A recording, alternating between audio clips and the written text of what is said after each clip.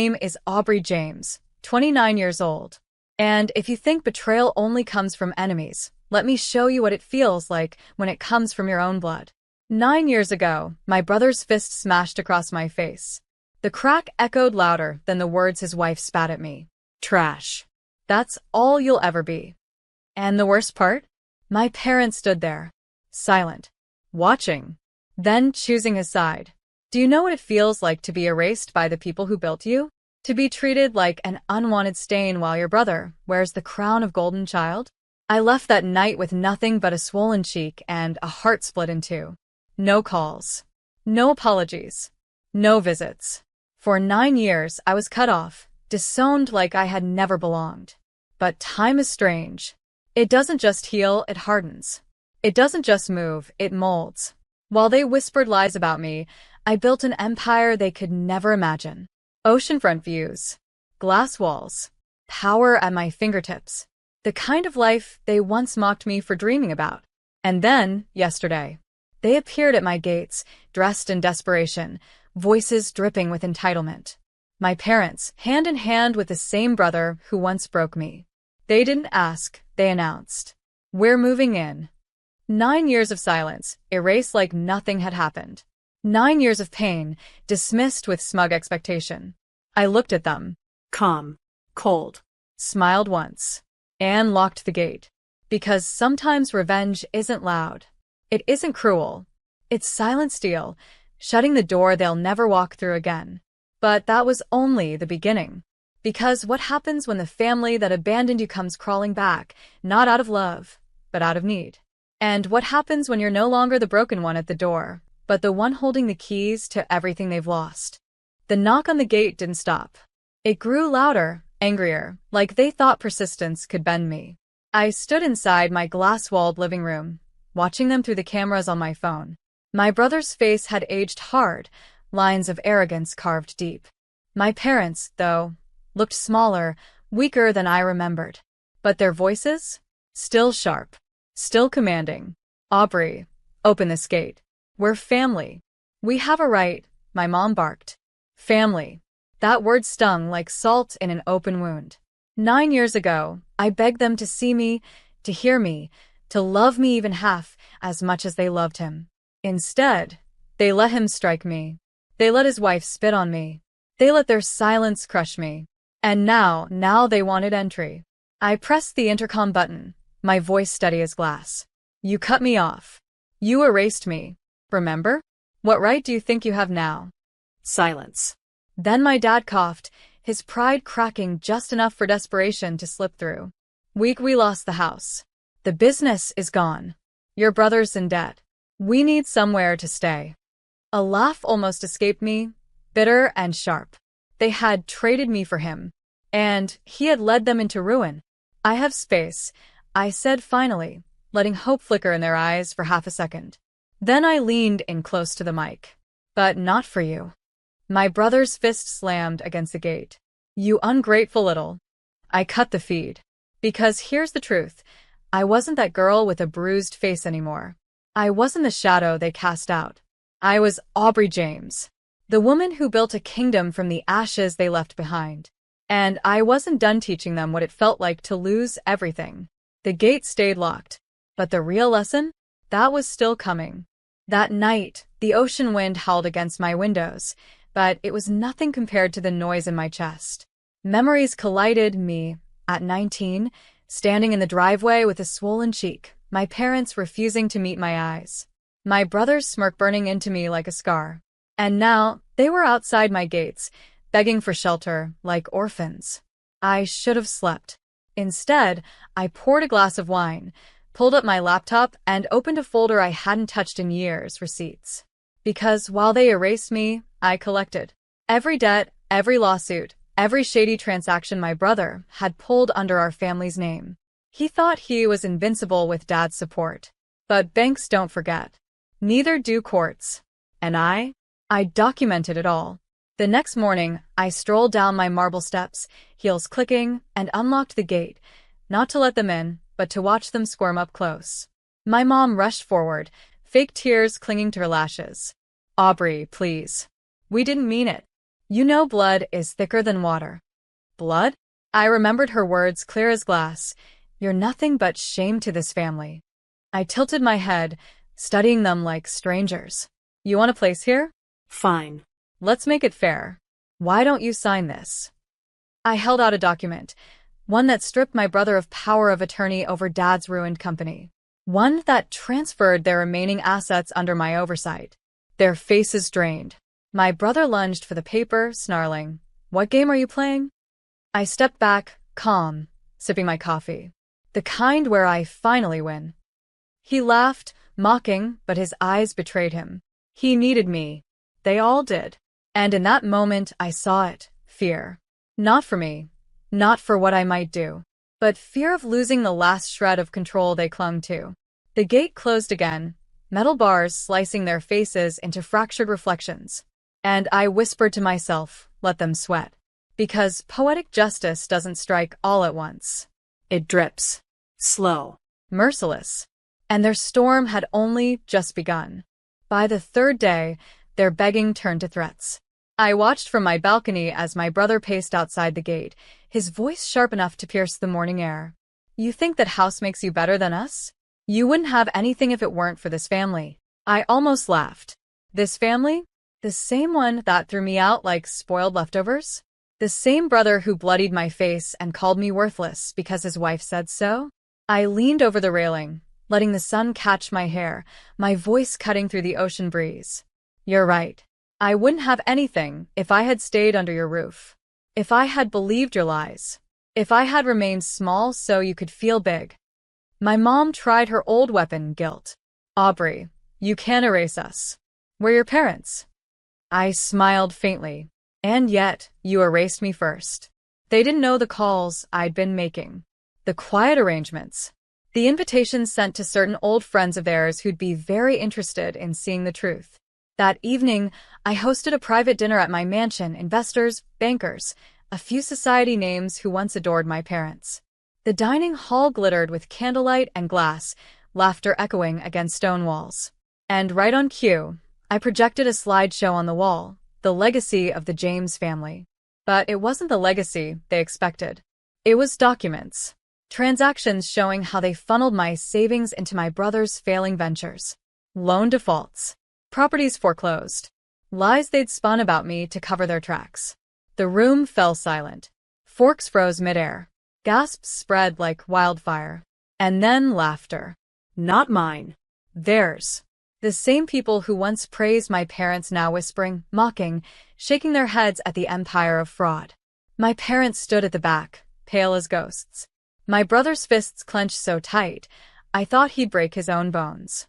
I raised my glass, smiling. To family, the ones who teach us the hardest lessons. The applause was thunder. Not for them, for me. That night, I didn't just lock them out of my gate. I locked them out of their own reputations. And for the first time, I felt at peace. Not because I'd destroyed them, but because I'd finally told the truth.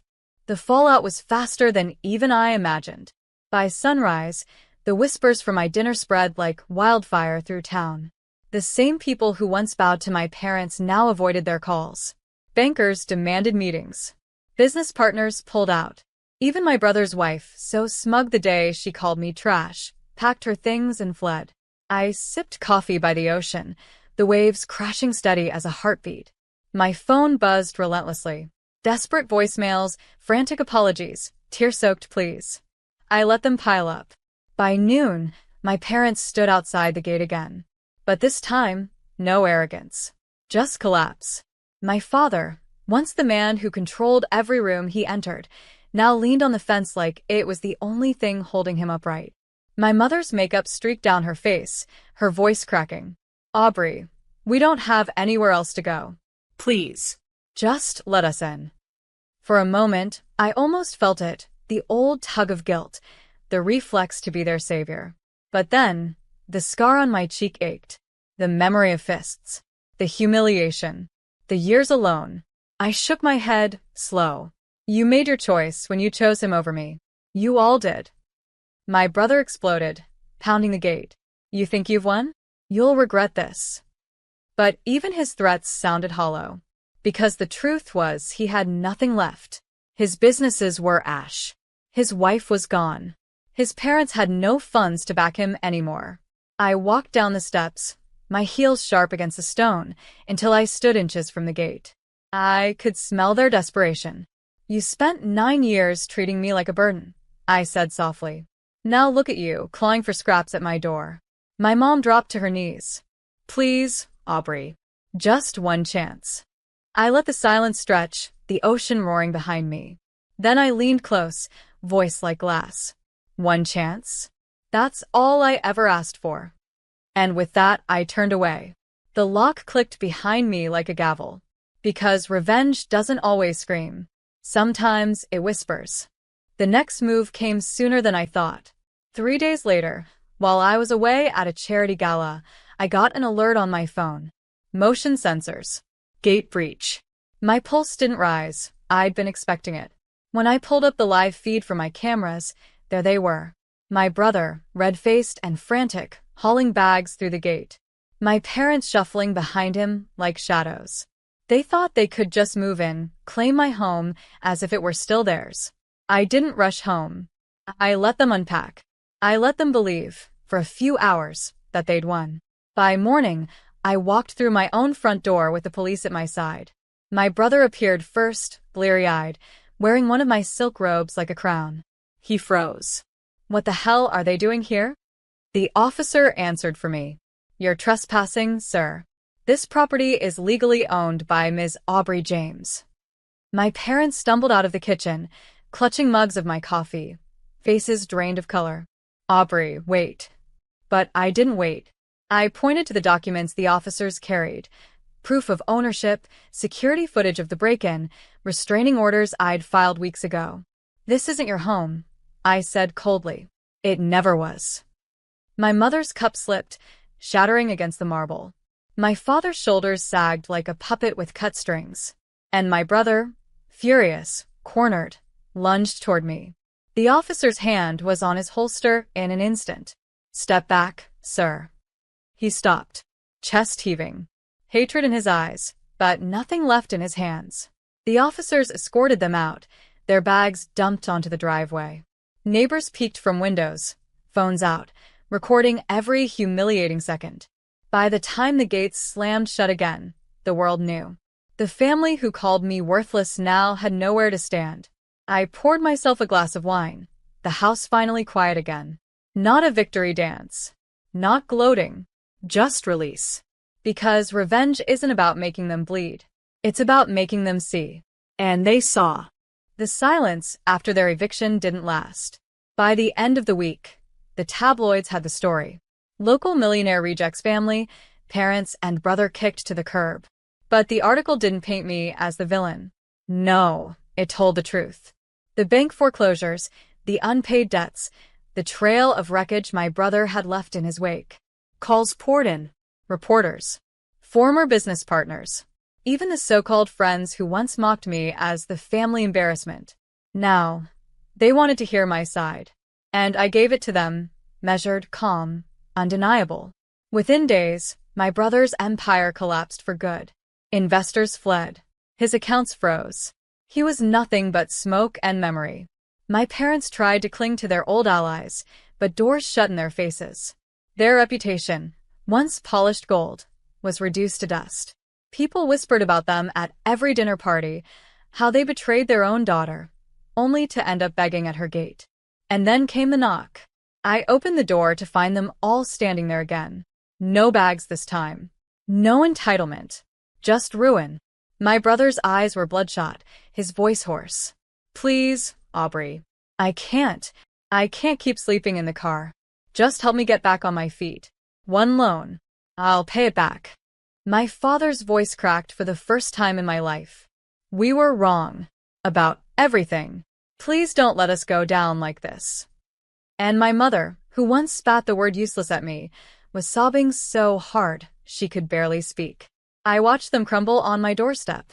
And for a moment, the girl they abandoned 9 years ago stirred inside me, whispering that this was the apology I'd craved. But I wasn't that girl anymore. I stood tall, steady as the tide behind me. You all made sure I knew where I stood in this family. Now the world knows where you stand. Their faces collapsed. Hope drained away. And I shut the door. This time, it wasn't the lock that sealed it. It was finality. I didn't celebrate when I closed the door. No champagne, no laughter. Just quiet. The kind of quiet I had longed for since the day my brother's fist split my lip and my parents called it discipline.